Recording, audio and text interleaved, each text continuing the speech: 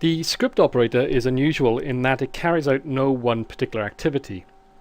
What it does offer is scripting access to our particles, and this means that we can use a scripted operator to carry out actions on our particles that other operators simply fail to offer, or which are not offered with exactly the right options that we need.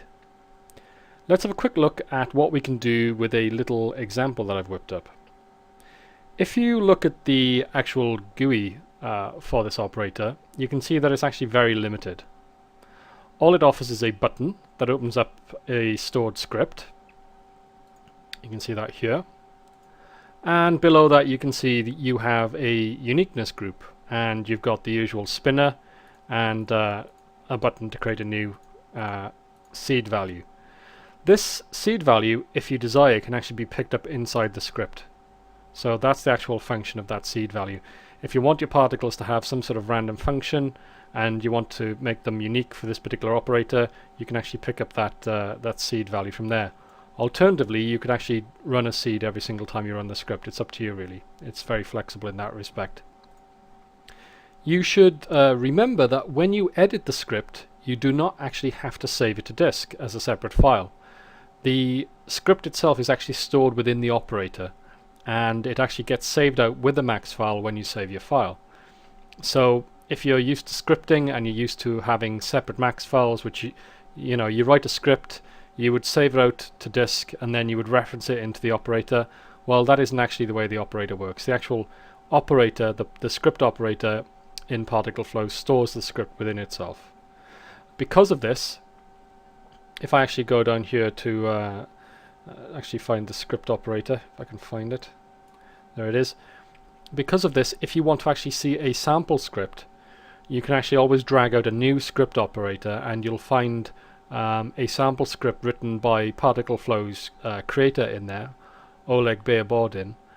And just to show you that, I'll drag out a script operator, click on there, and you can see within it it's actually got this this script which he wrote, as you can see, quite a few years ago now, to demonstrate how scripting works in particle flow. You can see it's got all these various parameters that can be used. So that's actually quite a good reference to get yourself started with scripting. You can use that as a basic reference, and that's true of all of the scripted operators. You've got birth script, script operator, and you've also got script test, and each one of those actually has a sample script actually stored within the operator itself.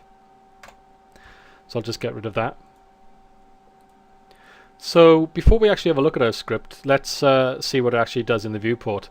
I've got a cache operator set up on this particular flow, and that's just to speed up the playback of the script once it's played through once.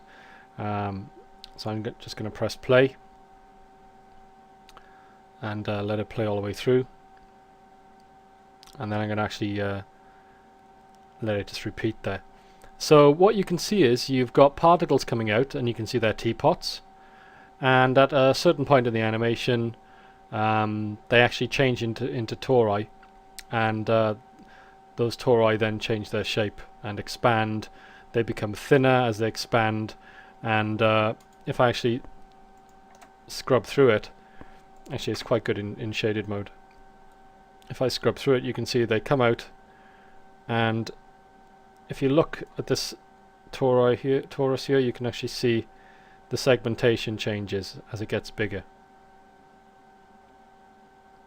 So all of that is actually under control of our script.